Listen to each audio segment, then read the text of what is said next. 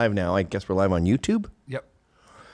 Hello, welcome to the show. We were just talking about women in the workforce and how they mask their incompetence with hubris.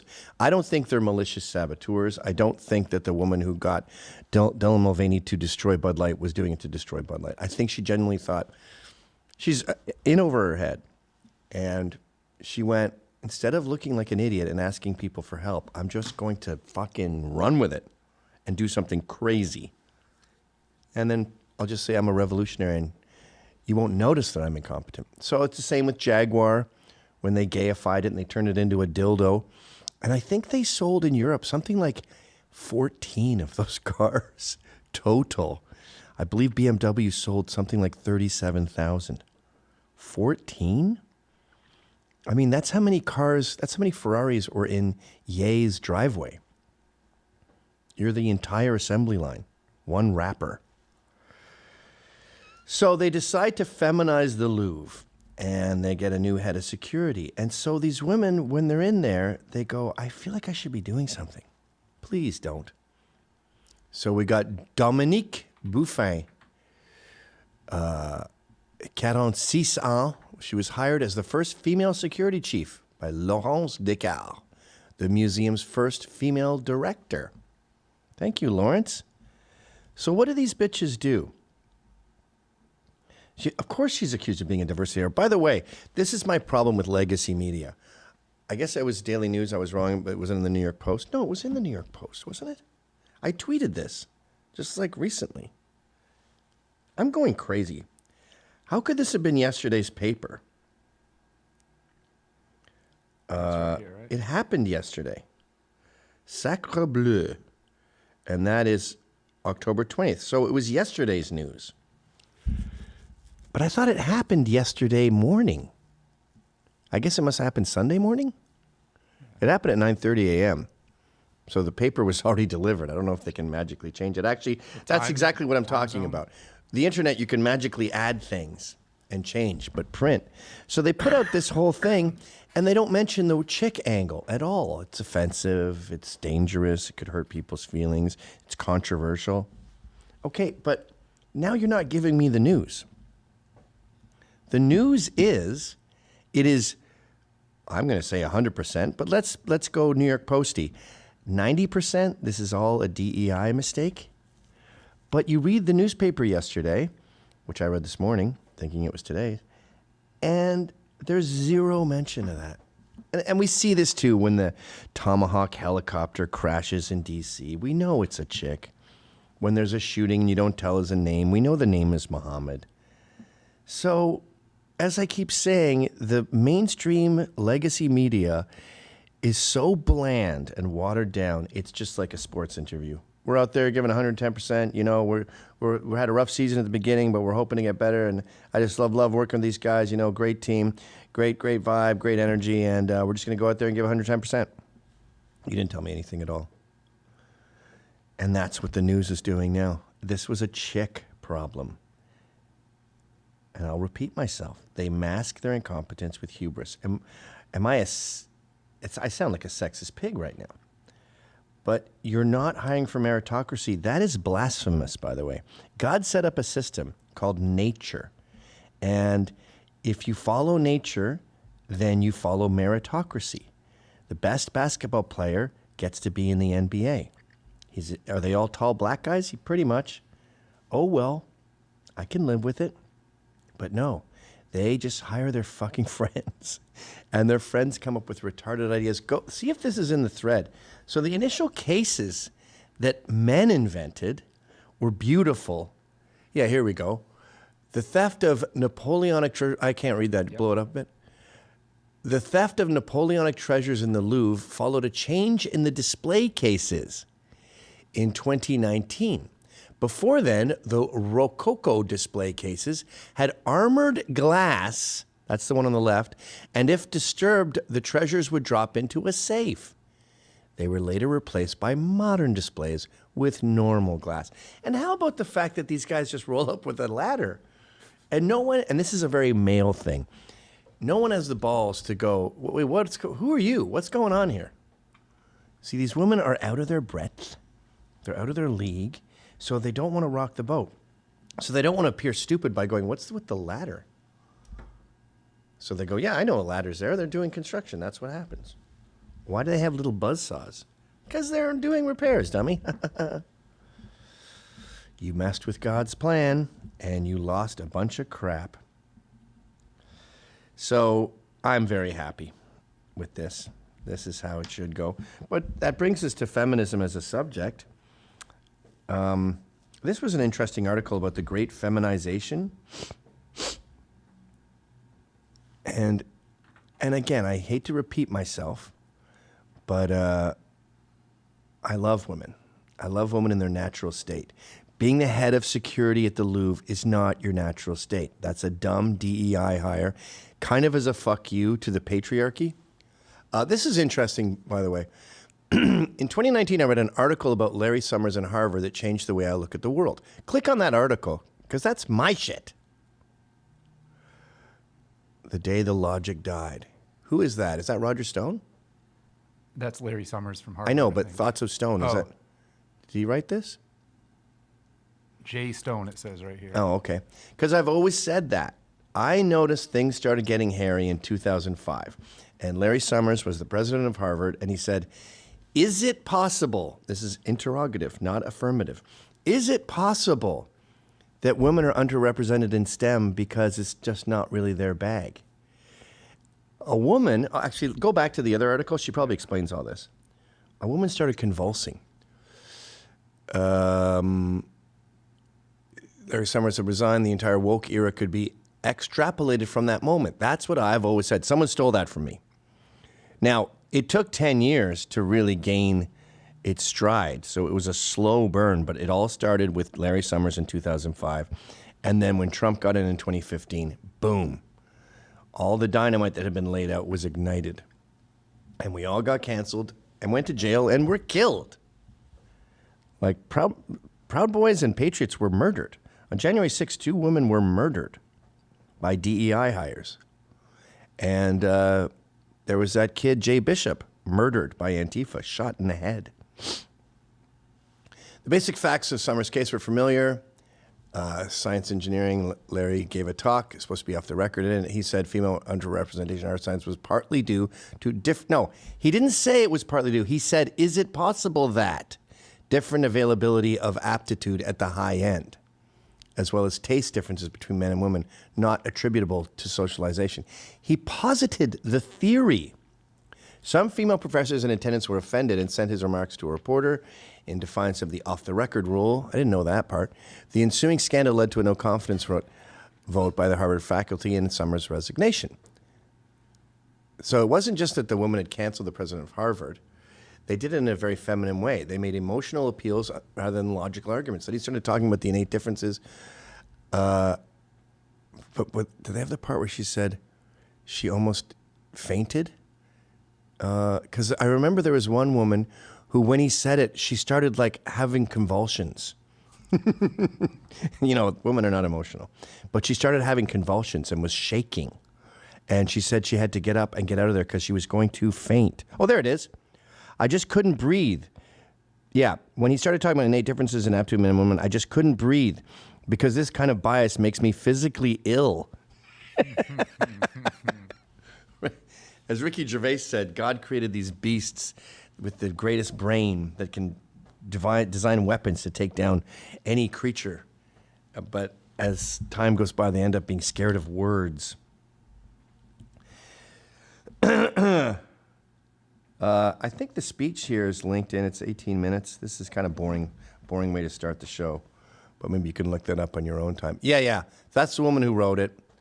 She's not very sexy, and she hangs out with people who have shitty taste in ties. But you can look that up on your own time. And so we're in a weird situation where women are pretending to be men. Women make shitty men. At the same time, men have noticed that there's a war on masculinity. It's called toxic. That's the term, toxic masculinity. So they are sort of pretending to be women or homosexuals. I'm not using bad words because we're live.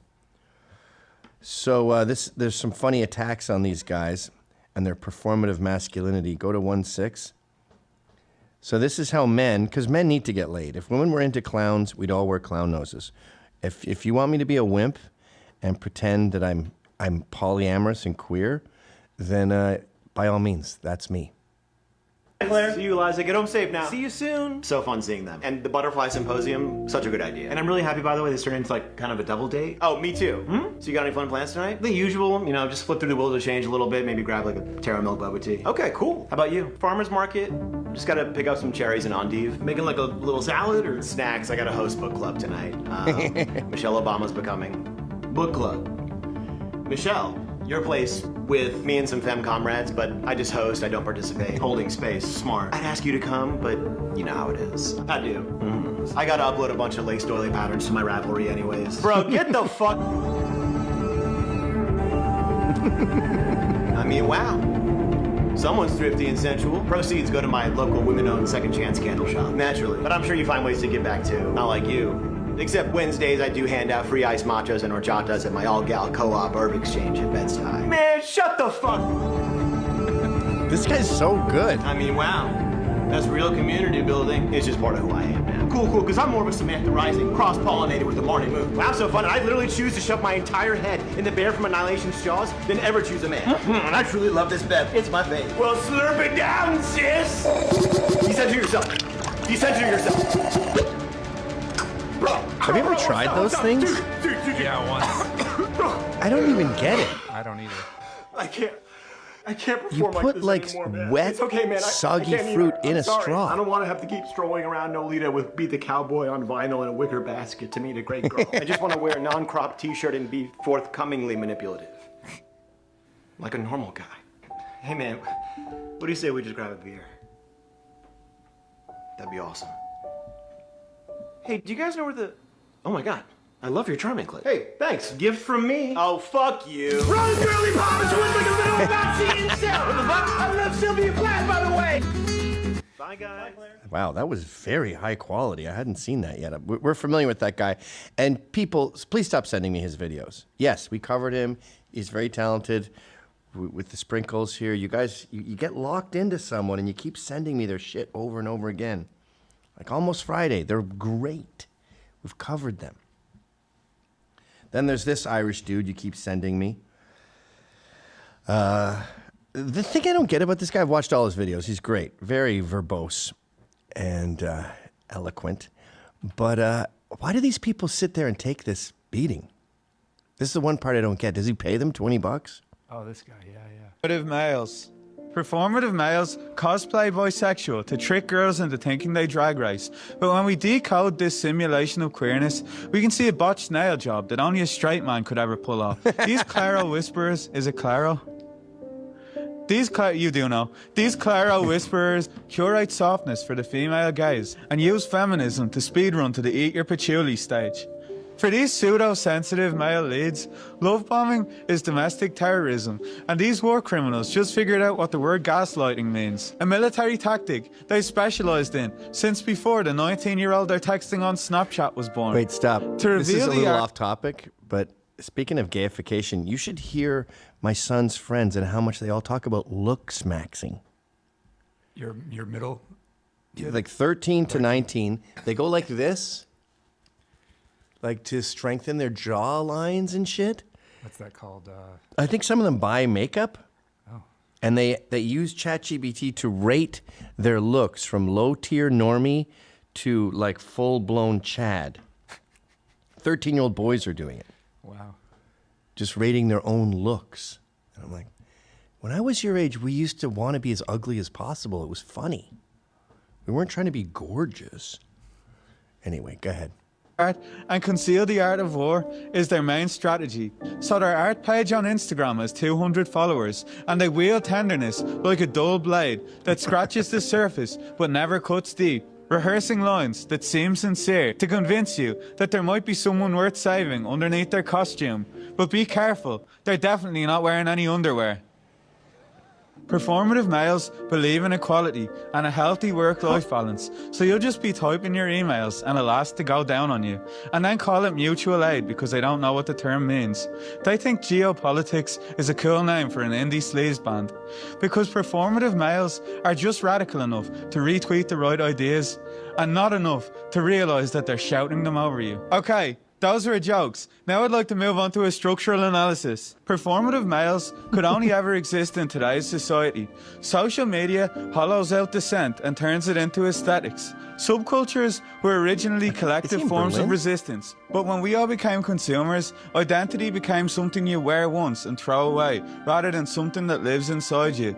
So performative males are wearing symbols that got popularized on TikTok. Because in a world of... You get it. We're in trouble. I don't know. I'd see it as it all goes back to God. You know, if you don't follow meritocracy, things are going to fall apart, and things are falling apart. Those guys pretending to be queer so they can get laid is just not right. You know what it could also be? Birth control. As we've explained on the show, thanks to Mercedes Carrera's research, when you are on the pill, you've told your body that you're pregnant. So it stops, releasing ovaries. It's like a computer virus in your reproductive system. So you think you're pregnant. What a pregnant woman want? They want a man around who's not going to fuck them. So they look for a brother type figure. Strong, reliable, cares about you, but totally not sexual. So they end up marrying these clowns who look like the guys we just saw. And then they go off birth control. And they want to get fucked by a real man. And they specifically talk about how he smells different now. So they end up with their brother. They're repulsed, disgusted. They either get divorced or they cheat. It's not working out, guys. This is not natural. I think that we could do a whole show on the dangers of birth control, too. I mean, I don't want my daughter getting pregnant, but I don't want her marrying some brother. I don't mean a black guy. Although that's also a concern. All right, how long are we talking for? Maybe we should go. I want to do celebrities telling mundane stories. Let's kick off the free. All right, so we have a new feature on the show, folks, called Celebrities Telling Mundane. Want to tell the YouTubers we're kicking them? Yeah, well, is that what you're doing? Okay, sorry. We have a new segment here on the show where we've noticed that celebrities, people are so happy to have them on their show that no one disciplines them, kind of like women in the workforce, where you're just so happy to have them that you don't ask them to do anything like keep Jules secure and not destroy Bud Light with a raging tranny. Oh, shoot, I said tranny. That's a bad word. Trans woman. Similarly, celebrities I've just gotten away with murder when it comes to mundane stories. So we have a new feature we do every Tuesday called Celebrities Telling Mundane Stories. We have Gary Oldman's scarf here, Al Pacino getting a role in a movie, and much more. But you can't watch that because we're sneaking behind the paywall now. So I guess I'll say goodbye to you guys. And please check out my YouTube channel, Gavin_McInnes, which is the same as my Twitter. Please subscribe to both, and you won't miss out on any exciting news. But you will miss out on celebrities telling mundane stories. So goodbye, freeloaders. Get fired, get in trouble.